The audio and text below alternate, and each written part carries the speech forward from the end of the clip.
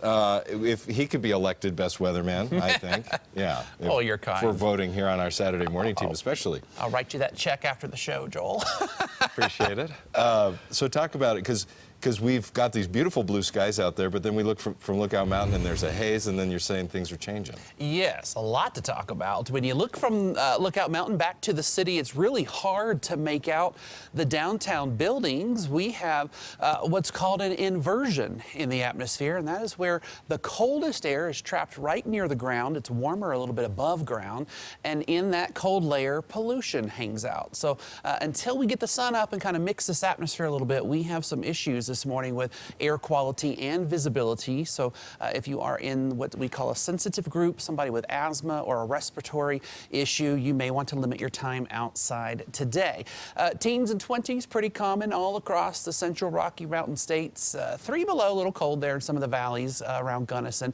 18 in Akron, 15 in Steamboat Springs. Steamboat, you have had a lot of snow over the past few weeks, and you have a lot more on the way, so get those shovels ready. 22, Jim Weindorf in Severance. 23, Ron Rannick, our weather watcher in Southwest Lone Tree. We're dry right now on satellite radar, maybe a couple of little clouds here and there hugging some of the terrain. It's off to our northwest, though, where we have our eyes focused. There is a flow. This is not really a storm, per se. It's not a compact system we're watching. It's a flow. It's a jet stream flow that goes all the way back out into the Pacific and bends down toward Hawaii, and in this flow is a ton of moisture. We'll start to see that by tonight. Snow returns to the northern and central mountains. During the day on Sunday, the snow will become widespread in the high country, and by Sunday night, we could get a flurry somewhere here in the Front Range. Then on Monday, the cold front that we will be watching will come in from the north, and that will turn the snow machine on potentially right here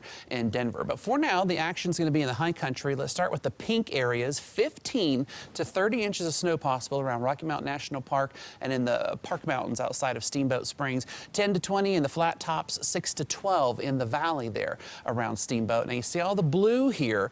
That's a winter storm watch. Potential for 10 to 20 inches of snow in those zones, but a watch means there's still just a little bit of uncertainty in the final forecast details, so stay tuned for updates as we go into the day today. High temperatures around Colorado for your Saturday. 30s and 40s will be very, very common. Not as warm as it was yesterday, but still not too bad. We can do some melting with 43 degrees here in the city. Joel, here's your 5-day forecast. So much cooler today, 43, 51 tomorrow, maybe some flurries tomorrow night, but it's Monday that Denver will get a chance of snow.